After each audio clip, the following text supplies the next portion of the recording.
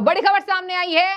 उद्धव ठाकरे को लेकर के ये कयास लगाए जा रहे थे कि वो तमाम पार्टियों से, अपने ही पार्टी से नाराज चल रहे हैं।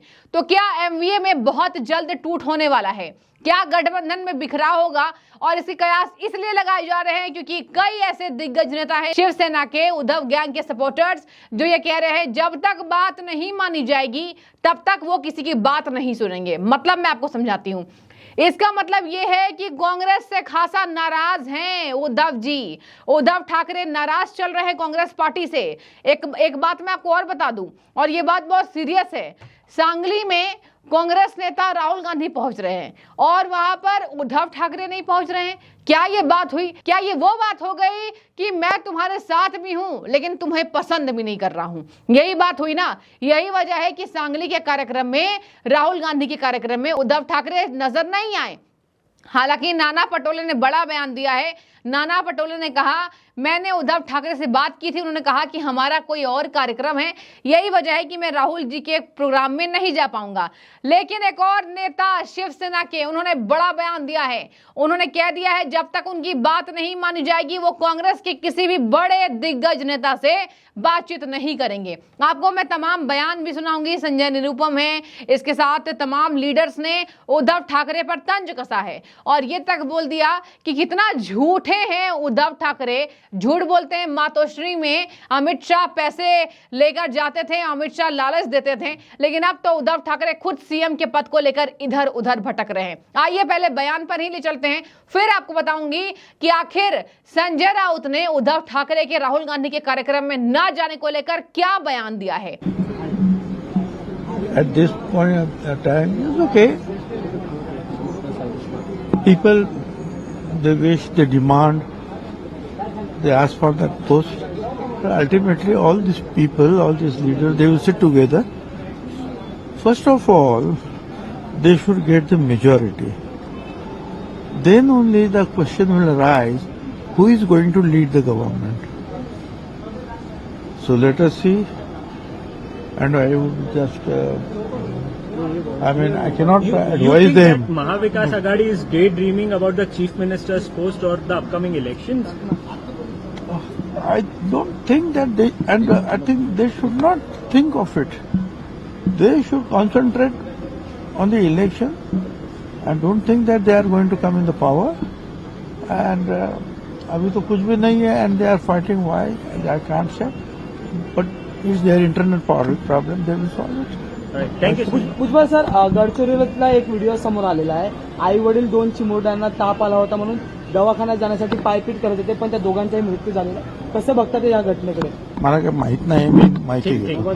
Sir, thank you so much. Thank you sir. Uddhav Thackeray ji ने षडमुखानंद हॉल में कांग्रेस और राष्ट्रवादी कांग्रेस के नेताओं के समक्ष जोर से घोषणा की कि चुनाव के बाद नहीं, निवडणुकीच्या पूर्वी तुम्ही ठरवा की मुख्यमंत्री पदाचा चेहरा कोण आहे. इसके पहले वो मुंबई गए, दिल्ली गए, नेताओं से मिलके आए, सब जगह पाचारण किया, प्रार्थना की कि मेरा नाम मुख्यमंत्री के पद के चेहरा के तौर पर घोषित करिए, लेकिन कांग्रेस ने धोखा दिया. कांग्रेस ने पहले ही बोल दिया था कि जिसकी संख्या ज्यादा होगी वो उसका नेता मुख्यमंत्री बनेगा. अरे हम आज तय नहीं कर सकते. कल या परसों कोल्हापुर में शरद पवार जी ने वही बात रिपीट की है.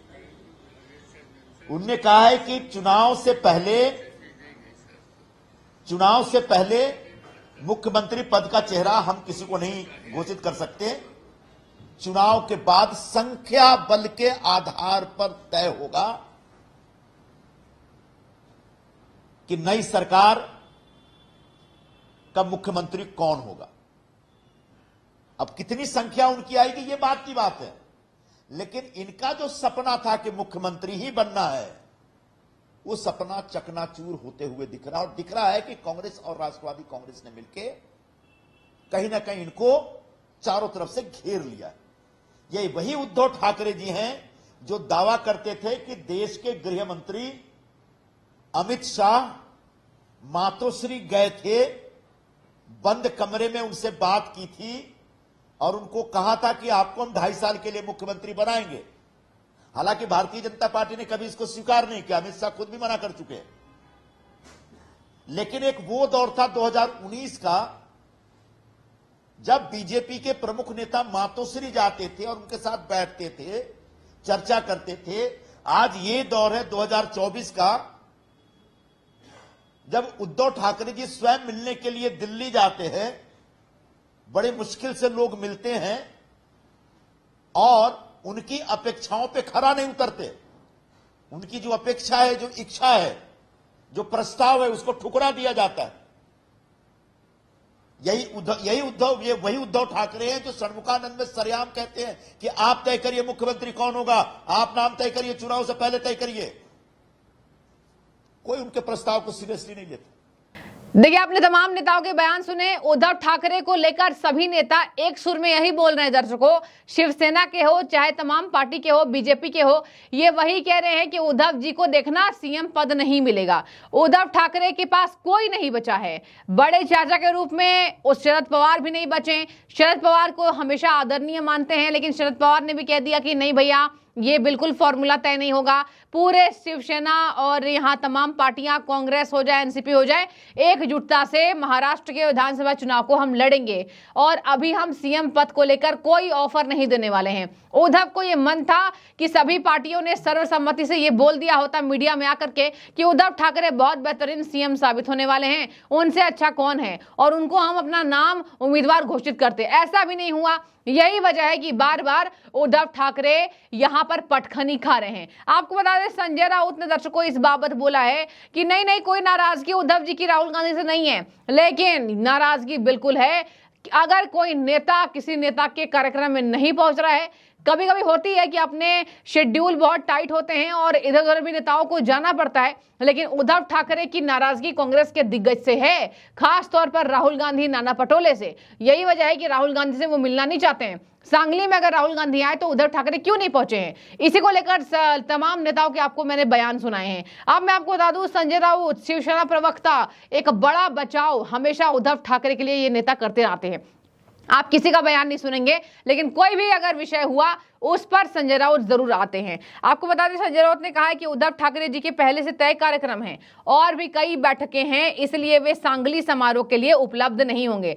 और महाराष्ट्र में कांग्रेस प्रमुख नाना पटोले ने कहा था, मैं उद्धव जी से मुलाकात की और उनके कार्यक्रम में शामिल होने की मैंने आग्रह किया था, लेकिन वो नहीं आए, कहा वो अन्य कार्यक्रम में व्यस्त है। यही वजह है कि बार बार उद्धव को लेकर कहा जा रहा है कि वो कांग्रेस से खासा नाराज हैं। आपको बता दें, यहां पर कहा जा रहा है कि शिवसेना की जल्दी टूट होगी और हो सकता है कि महाविकास आघाड़ी में ऐसी टूट हो, उद्धव को कोई चारा नहीं बचे, वो बीजेपी का दामन थाम सकते हैं। हालांकि बार बार बीजेपी पर गजब के पलट मार रहे हैं। अब ऐसा 60-40 का चांसेस है, लेकिन आपको बता दें अधिकतर चांसेस है उद्धव ठाकरे का बीजेपी में हो सकता है कि वो ना आए। अगर सीएम फेस को लेकर, सीएम चेहरे को लेकर यहां पर शरद पवार और कांग्रेस मान जाए, अगर नहीं मानेंगे दोनों पार्टियां तो हो सकता है कि उद्धव आ जाए। ये राजनीति कुछ भी हो सकता है। यही वजह है कि कांग्रेस पार्टी से यहां उद्धव ठाकरे नाराज होते नजर आ रहे हैं। आपको बता दूं, 2 दिन पहले की बात है, उद्धव ठाकरे ने बड़ा बयान दिया था और कहा था कि मैं शरद पवार और कांग्रेस को सपोर्ट करूंगा। वो लेकर आए अपना सीएम चेहरा, वो नहीं लेकर आए। उन्होंने ये भी कह दिया कि मुझे अभी उम्मीदवारी किसी की घोषित नहीं करनी है। शरद पवार ने यह भी कहा संख्या बल के हिसाब से तय नहीं होगा। उद्धव ठाकरे ने कहा कि हाँ, हम भी यही सपोर्ट कर रहे हैं कि संख्या बल के हिसाब से सीएम चेहरा उम्मीदवारी ना घोषित हो। यही वजह है कि महाविकास आघाड़ी में लगातार सीएम चेहरे को लेकर यह टूट की समस्या बनी हुई है। और यह समस्या छोटी मोटी समस्या नहीं है। उद्धव ठाकरे एक बहुत ज्यादा कह लीजिए स्वाभिमानी नेता, इसलिए मैं कहूंगी क्योंकि उद्धव ठाकरे को ऐसा लगता है कि महाराष्ट्र में उनका वर्चस्व है, उन्हें कोई हिला नहीं सकता। हालांकि बहुत खराब रिजल्ट हुआ उनकी पार्टी के साथ, लगातार पटखनी खा रहे हैं, इसके बावजूद भी वो तैयार नहीं है कि वो शरद पवार और कांग्रेस के सामने झुक जाए। तो जब तक नहीं मानी जाएगी उनकी बात, उद्धव किसी नेता से नहीं मिलेंगे। अगर आपने कल के डेट में उनकी राहुल गांधी के साथ तस्वीर देख ली, समझ जाइएगा कांग्रेस पार्टी उद्धव ठाकरे के बयानों से समर्थन करती है। आपकी क्या राय है? आप कमेंट के जरिए हमें जरूर बताइए। शुक्रिया।